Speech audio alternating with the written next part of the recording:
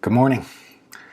We finished 2 Timothy, and we're going to start a new series in these thoughts for the day. And I just think that right now in our culture and in our world, with all the chaos, with all the difficulty, with all the confusion, with all the propensity that we have to align ourselves tribally in different ways, I think it's really important for us to settle our hearts and to think about what accounts for godly Christian virtue.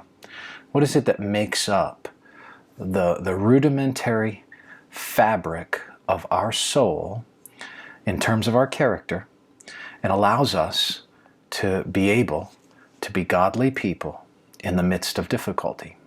I don't think there's a better place to start than the triadic virtues that are mentioned in the Bible. Paul, in 1 Corinthians 13, of course, has this famous section about love.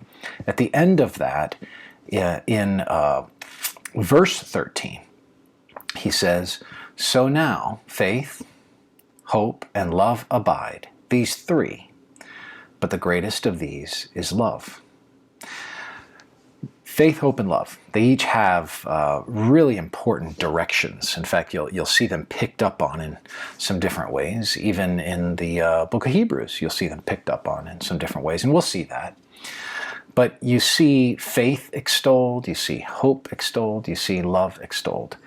And Paul's little statement here is a reminder that love is kind of this abiding virtue that brings together all the others. If I don't know and believe that God loves me, and I don't have deep love for God, then what good is my hope?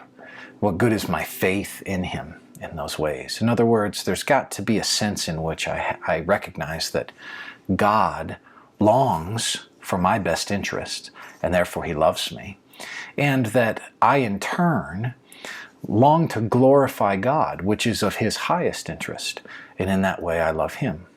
So over the next few days and weeks, as we work through thinking about faith, hope, and love, I want you just to think about how these virtues can really land in your life in the here and now.